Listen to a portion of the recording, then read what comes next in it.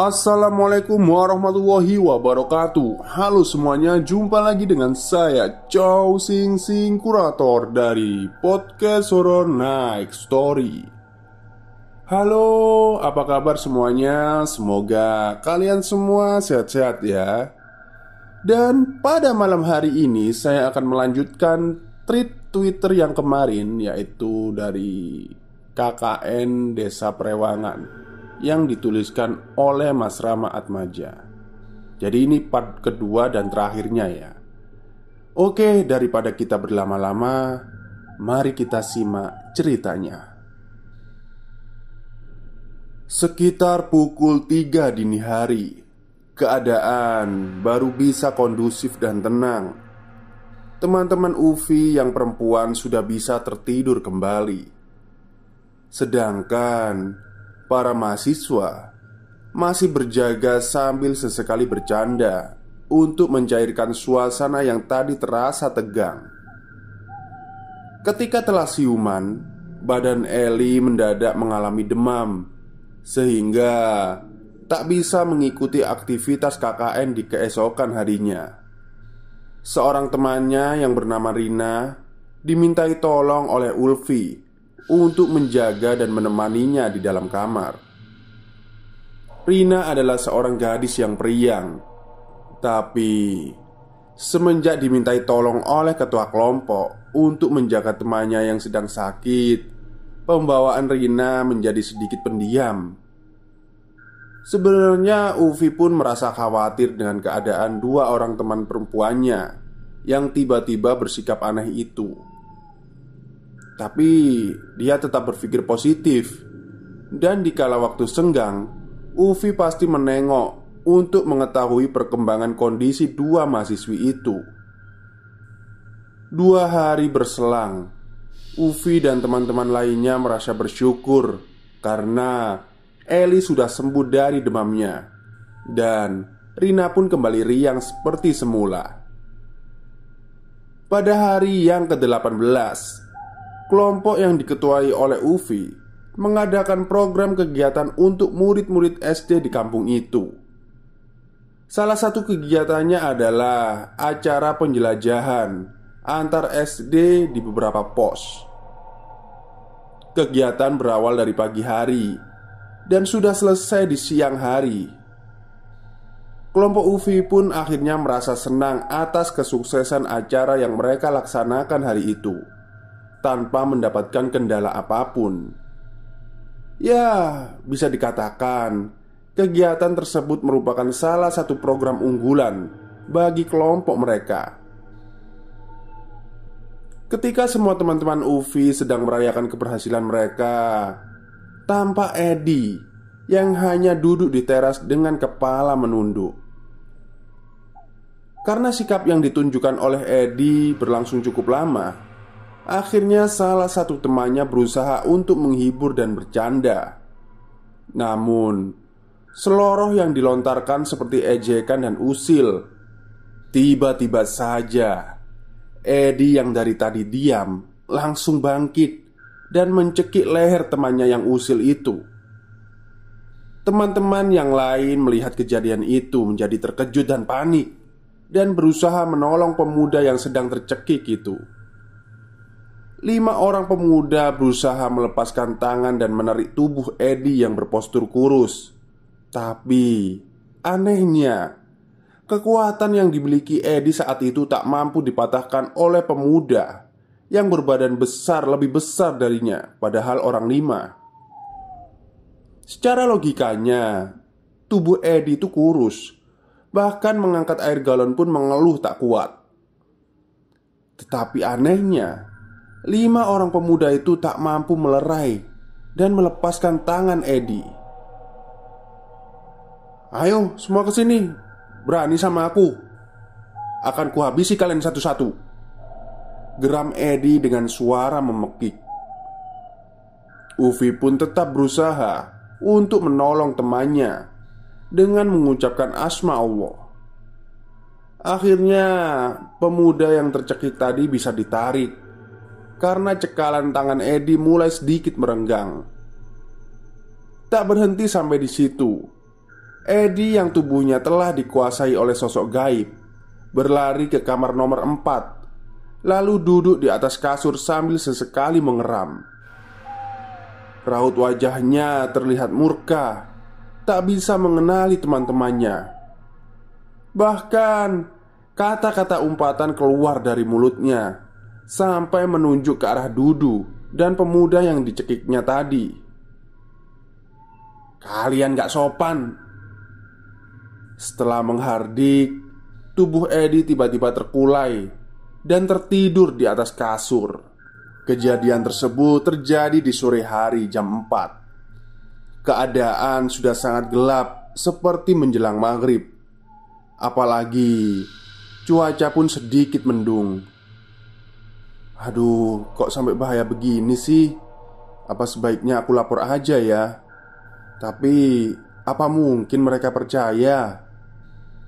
Berbagai macam pertanyaan berkecamuk di pikiran sang ketua kelompok, karena dia semakin merasa tertekan dan tidak betah atas beberapa kejadian aneh yang membuat dirinya merasa pusing. Ufi lantas menyuruh teman-temannya untuk membiarkan Edi beristirahat. Sedangkan dua mahasiswa yang bernama Dudu dan Eza diajak berbicara di salah satu ruang yang lainnya. Sebenarnya apa yang telah kalian lakukan di rumah ini?" tanya Ufi langsung kepada dua pemuda itu. "Kok kayaknya aku merasa semua kejadian ini tertuju pada kalian?" lanjutnya lagi. Namun dua mahasiswa itu hanya menggeleng pelan, seperti tak tahu dan tak merasa melakukan kesalahan apapun. Salah satu mahasiswa yang bernama Igun sempat beberapa kali datang ke posko yang pertama, yaitu warung milik Bunarsi. Nak Igun, betah kan kalian di situ?" tanya si pemilik warung itu. "Ya, dibetah-betahin bu. Ya mau gimana lagi?" jawab si Igun. "Kalian jangan sampai berbuat yang aneh-aneh ya di situ. Mudah-mudahan gak ada yang ganggu," ujar Bunarsi lagi. Igun pun terdiam karena tak ingin semua hal aneh yang terjadi diketahui oleh orang lain. Tetapi hatinya sebenarnya juga penasaran dan bertanya-tanya, kenapa Bunarsi sampai bilang begitu. Berbagai macam gangguan dan hal aneh pun mulai sering terjadi setelah hari itu, yaitu seperti ada bayangan yang sering lewat, lalu suara-suara ketukan pintu, bahkan sampah di belakang rumah pun tiba-tiba menjadi acak-acakan. Lalu hari yang sangat mencekam pun akhirnya terjadi. Pada hari itu hampir semua mahasiswa harus pergi ke kampus untuk registrasi praktek kerja lapangan. 16 orang teman-teman Ufi yang mengambil di jurusan pendidikan semuanya meninggalkan posko. Hanya tersisa 2 orang saja di rumah besar itu, Ufi dan Edi, yang mengambil jurusan pertanian dan tak perlu melakukan registrasi. Jadi di bangunan itu hanya 2 orang pemuda saja yang terpaksa harus jaga posko. Meskipun pada awalnya Ufi juga berniat ingin pergi ke kampus juga, tapi diurungkan sebab tak mungkin meninggalkan posko karena semua barang mahasiswa ada di sini. Rumah besar dan kuno itu hawanya sudah sangat terasa aneh dan menyeramkan. Saat dalam keadaan kosong, bulu-bulu halus di badan Ufi sering meremang. Bila berjalan menuju ke ruang tengah dan belakang, rasanya merinding. Sebagai ketua, Ufi memang terpaksa untuk bertanggung jawab atas segala kondisi dan keadaan. Di dalam rumah yang beraura negatif itu, dia hanya berdua dengan temannya yang bernama Edi. Tetapi lagi-lagi Ufi bernasib sial, karena temannya itu ngotot akan pergi ke tempat pacarnya yang berada di posko lain. meskipun pamitnya hanya sebentar dan di siang hari. Namun, hati Ufi pun merasa ketar-ketir bila berada di bangunan tua itu sendirian saja. Pada pukul 2 petang, setelah mengurus beberapa program, Ufi kembali ke posko yang tak ada satu orang pun di sana selain dirinya. Untuk menghilangkan kesunyian dan menghibur diri, dia akhirnya berinisiatif untuk bermain game di perangkat laptopnya.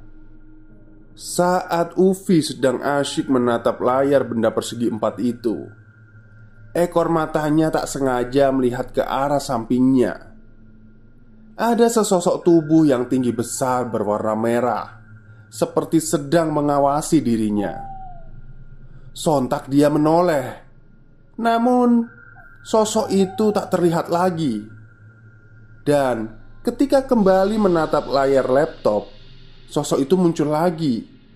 Dan kini terlihat tepat di antara lorong antara kamar yang kedua dan yang ketiga. Perasaan Ufi menjadi cemas. Ketakutan pun juga menghampirinya. Apalagi di kamar yang ketiga terdengar seperti ada suara banyak orang. Suara orang-orang ngobrol dan tertawa lah pokoknya. Bahkan ada juga yang menangis. Dan itu langsung membuat jantung Ufi berdegup kencang. Aduh, apes banget gue. Ufi langsung berlari ke kamar untuk mengambil kunci motor dan helm. Hawa di dalam kamar terasa pengap dan panas. Sekian lama mencari helm, akhirnya dia baru ingat bahwa benda itu dipinjam oleh Edi. Dengan tubuh gemetaran, Ufi segera keluar dari kamar itu. Akan tetapi, baru saja mencapai keluar dari pintu, suara tertawa yang nyaring dan melengking di kamar yang ketiga terdengar. Dan kejadian aneh berikutnya, tubuh dan kaki Ufi langsung tak dapat bergerak sama sekali. Aduh, ya Allah, ini kenapa sih? Dia hanya bisa berucap dalam hati untuk meredakan rasa takutnya. Tak berapa lama kemudian, kakinya bisa digerakkan kembali. Tetapi karena rasa penasaran yang memenuhi pikirannya, entah perbuatan bodoh atau konyol, Ufi malah menghampiri pintu kamar yang ketiga itu. Rasa takutnya memang belum hilang, tetapi Ufi tetap membuka pintu kamar dengan tangan gemetar sambil menahan nafasnya. Setelah pintu terbuka, jantung Ufi terasa berhenti berdetak saking terkejutnya. Sepasang matanya pun terbelalak manakala dia melihat penampakan yang ada di kamar itu. Sesaat Ufi seperti mematung karena bingung harus berbuat apa. Di hadapannya sekarang ada dua sosok yang sedang duduk di atas kasur usang. Tubuh kedua sosok itu terbungkus oleh kain putih lusuh yang langsung mendongak dan menampakkan wajah ke Ufi. Sekujur badan Ufi bertambah gemetaran.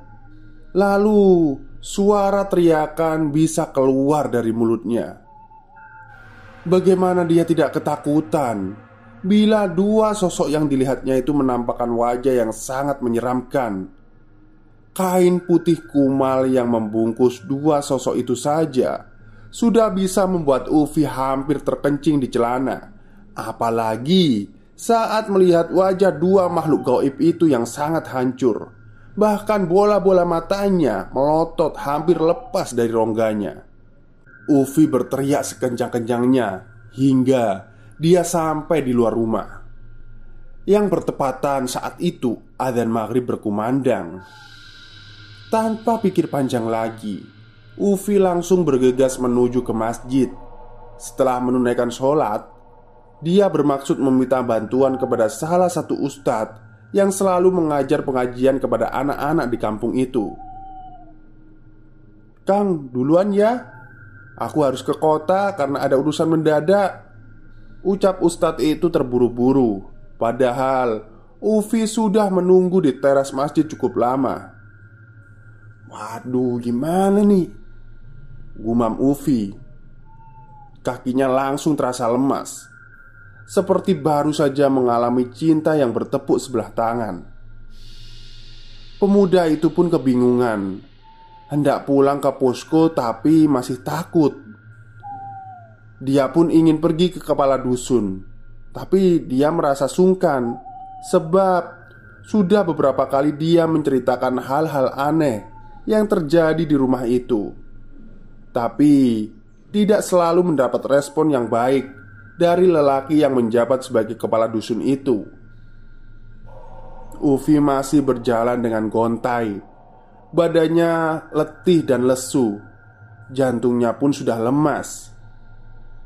Ketika melewati warung Bu Narsi, wanita itu melambaikan tangan seraya berteriak, Kang, sini makan dulu."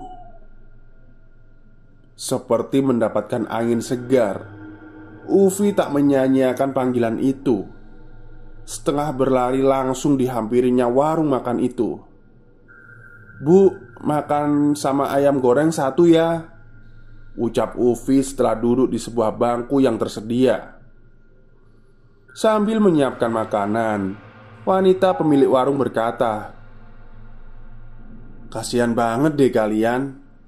Kamu pasti kaget kan ditinggal teman-temanmu karena diganggu oleh mereka?"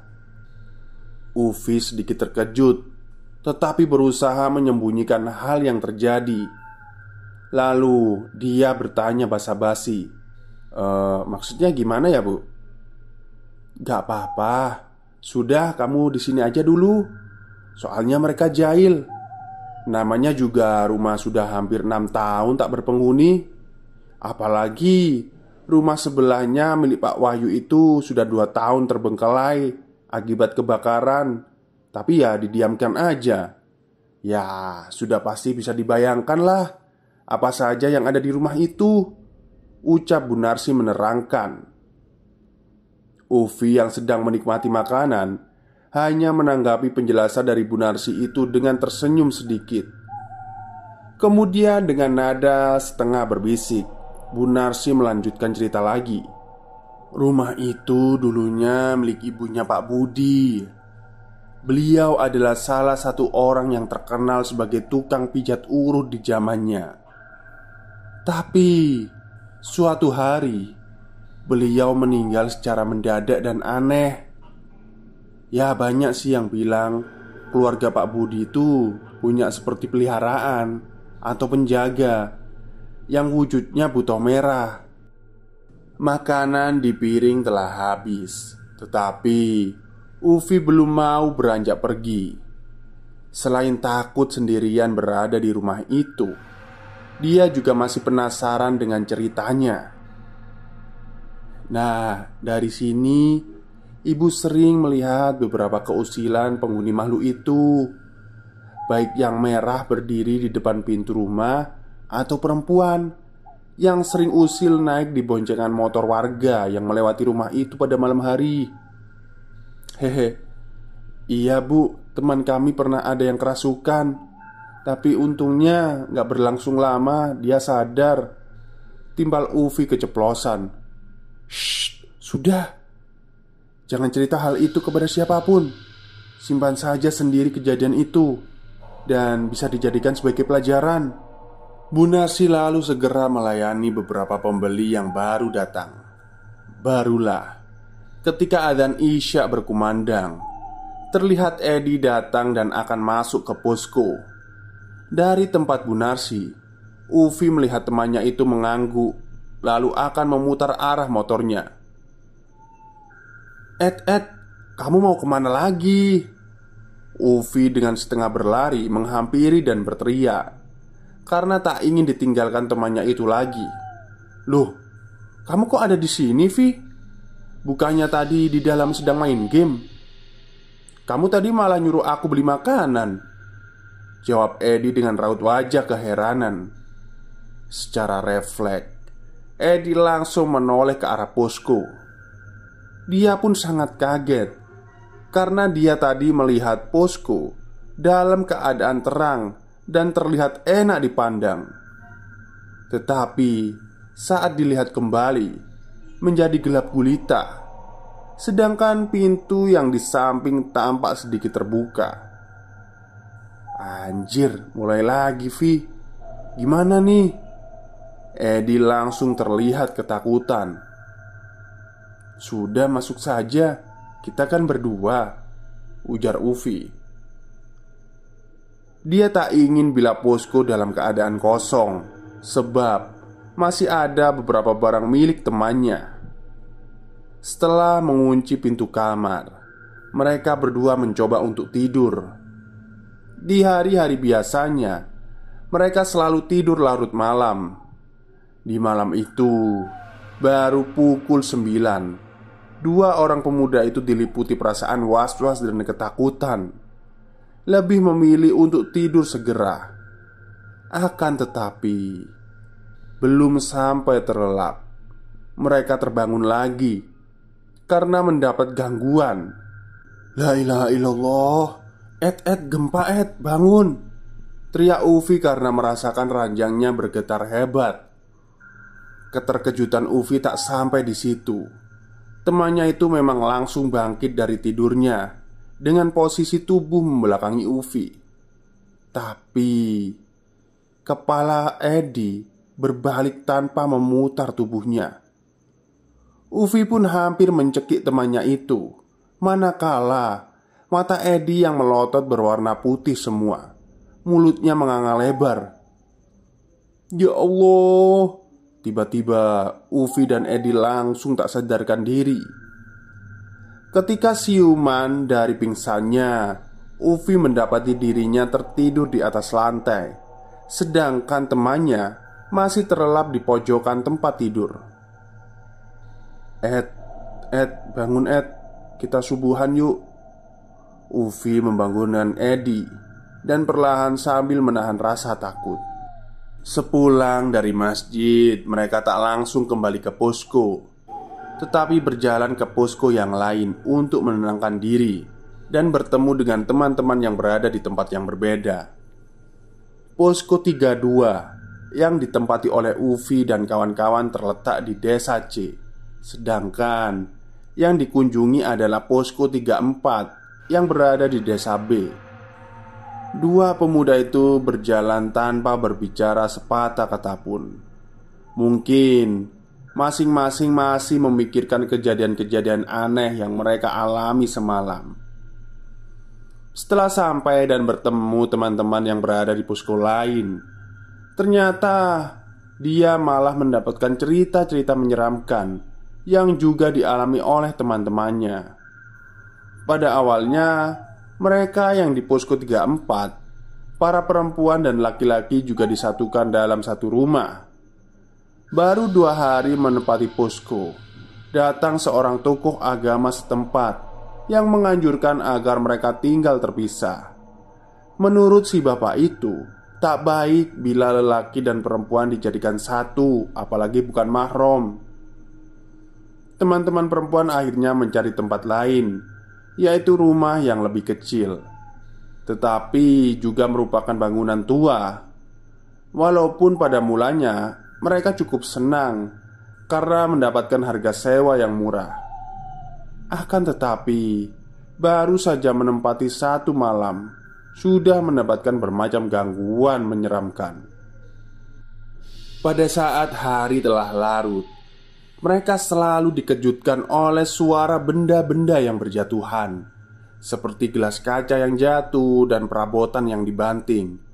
Padahal di rumah itu kosong, tidak ada perabotan sama sekali. Dan keesokan paginya, tokoh agama itu datang kembali ke posko dan mengizinkan mereka untuk menempati 1 rumah lagi. Karena merasa khawatir, sebab bangunan tua itu adalah bekas tragedi pembunuhan yang telah menewaskan 1 keluarga. Setelah mendengar cerita itu, Ufi dan Edi kembali pulang ke posko mereka dengan perasaan yang bingung dan hati gundah. Ketika keesokan harinya, teman-teman Ufi pun berdatangan lagi. Seorang pemuda bernama Igun dengan raut wajah marah menyeret Eza dan Dudu ke ruangan tengah. "Kalian tahu, ulah kalian itu benar-benar tidak lucu. Bisa bikin kita bahaya," cecar Igun dengan geram. Ini ada apa ya, Gun?" tanya Ufi yang menyusul ke ruangan itu juga. "Ini Eza udah kelewatan batas. Dia beronani di kamar nomor 3 dan Dudu judi di ruang musola. Jadi apa mereka tidak terganggu?" teriak Igun dengan wajah merah padam. "Hah? Onani? Zah, itu benar?" tanya Ufi dengan memendam rasa kesal. Maaf pak, itu sudah menjadi kebiasaanku. Terkadang melihat Eli saja aku langsung terangsang," jawab Eza dengan menunduk. Ufi tak bisa menahan kegeramannya lagi. Ditonjoknya wajah temannya itu sambil mengumpat, "Kamu tahu betapa tersiksanya kita di sini akibat ulahmu itu?" "Aduh, aku minta maaf pak," ucap Dudu pelan.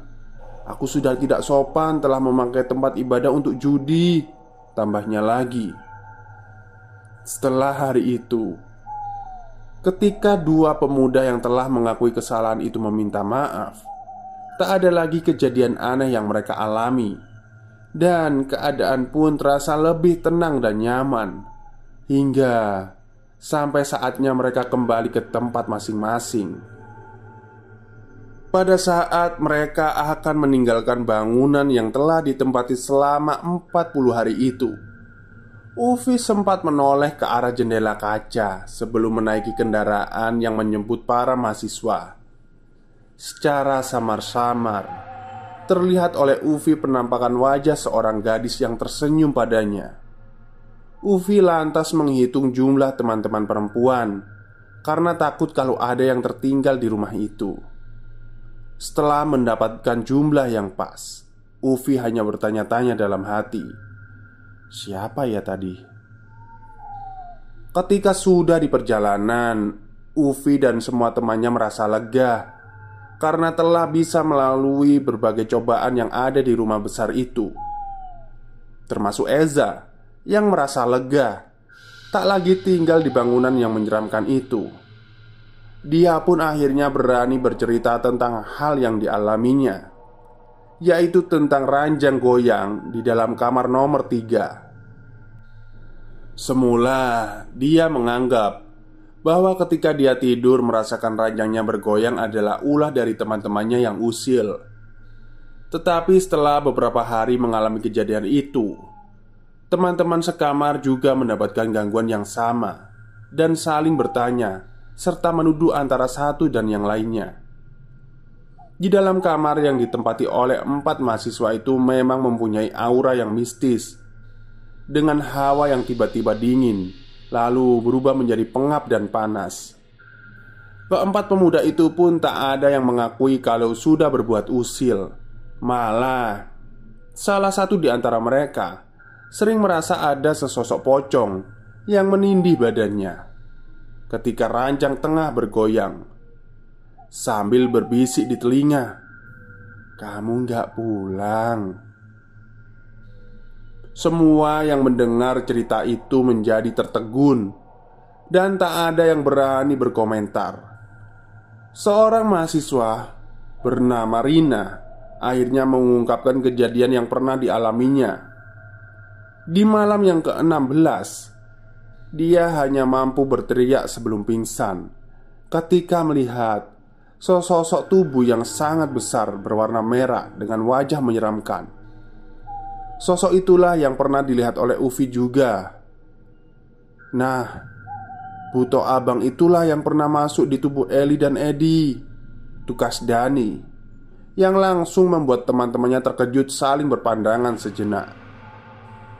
Lalu ketika mereka melihat beberapa foto yang diambil di ruang tengah, terlihat ada penampakan sebuah kepala berambut panjang yang berada di antara para mahasiswa itu.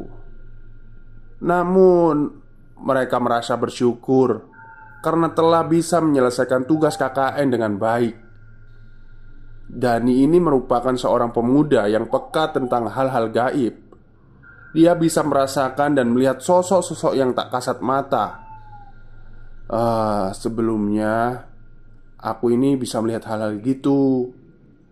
Banyak penghuni yang ada di rumah itu, dari mulai di sumur, belakang WC, dan di dalam semua kamar.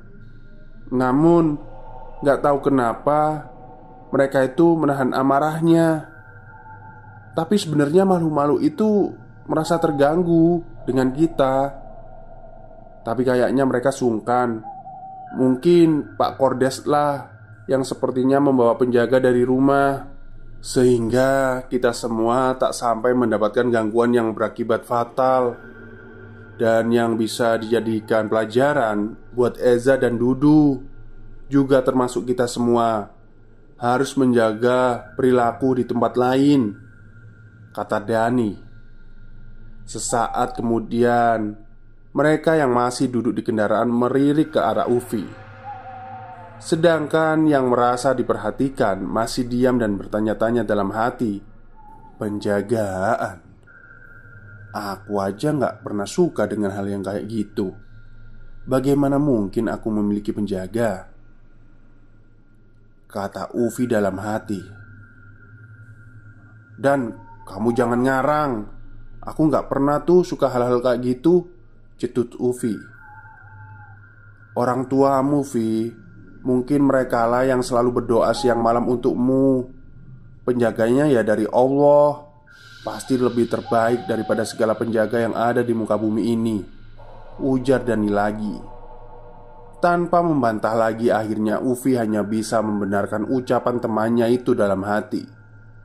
Kegiatan KKN yang pada awalnya membuat dia merasa malas untuk mengikutinya, ternyata bisa dijadikan pengalaman serta hal yang tak pernah bisa dilupakan baginya.